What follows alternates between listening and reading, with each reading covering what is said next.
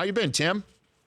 Rich, how are you, buddy? Good to be on with you, man. What do you think the Clippers should do here? What happens to the Clippers from here on out, Tim? Well, I think what people want to see happen and what's actually going to happen are two entirely different things. I think Chris Paul stays. I think Doc Rivers stays.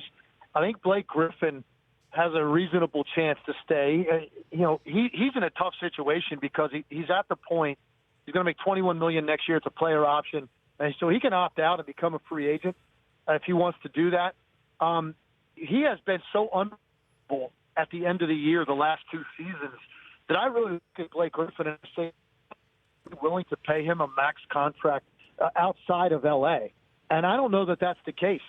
Even though he's 28 years old and he's one of the most athletically gifted power forwards that this league has ever seen, he's missed, I think, 60-plus games in the regular season the last 2 years. He's missed the last two postseasons. He missed the first year of his career. And I just don't think that there's a reliability factor there with Blake Griffin that makes him super attractive to other teams and paying a max contract. So he may very well be back. I think the biggest changes are going to come with the supporting cast because there was a moment in that game yesterday, in a Game 7, when you looked out there and it was just this sort of quilted blanket full of veterans out on the floor. And you're playing guys like Paul Pierce in the last year of his career, 22 minutes in a game down in Portland, Raymond Felton, Maurice Spates. They need to get younger and better with their rotational players, but I don't know you're going to see a lot of change at the top, Rich.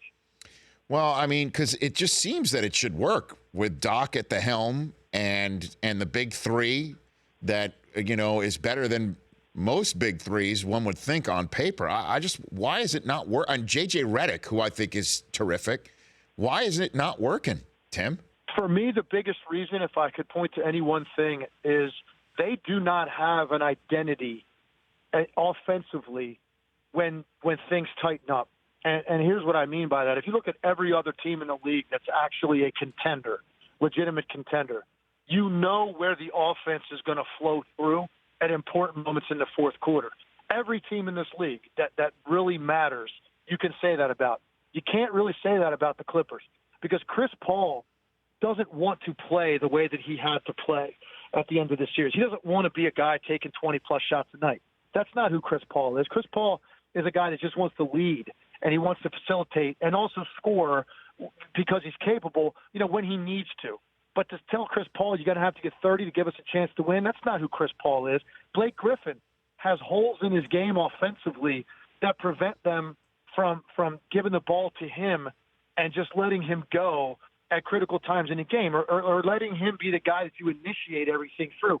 He's still not a trustworthy free throw shooter. He is, limited with his perimeter game, even though he's become a better mid-range jump shooter. He's a guy that basically has to overwhelm you physically in the post, and that's going to be very difficult to do in playoff basketball. DeAndre Jordan clearly is not that kind of player. J.J. Redick, you saw, just got basically taken out of this series because he had bigger defenders on him that were determined to not let him get free and with all the motion and running around that he does. So I think that's been their biggest issue.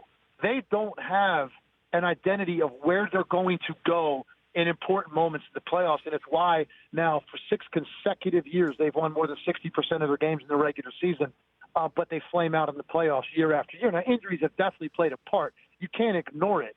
But I also look at Utah and say, well, Rudy Gobert basically played 3 games in this series. He missed 3 with an injury. He played 13 minutes on Sunday because of foul trouble and took 1 shot. So they were without a guy that's actually going to be probably second team all league at the center position, and they didn't have him hardly at all in this series. So they were also hampered, but the Clippers just had no answer offensively, and that's been the case for that team year in, year out in the playoffs. When it really gets tight, they just don't know where they're going to go to get surefire either scoring or double teams initiated so they can generate better shots. And that, to me, has been their biggest problem. The Rich Eisen Show, weekdays at noon Eastern on Audience.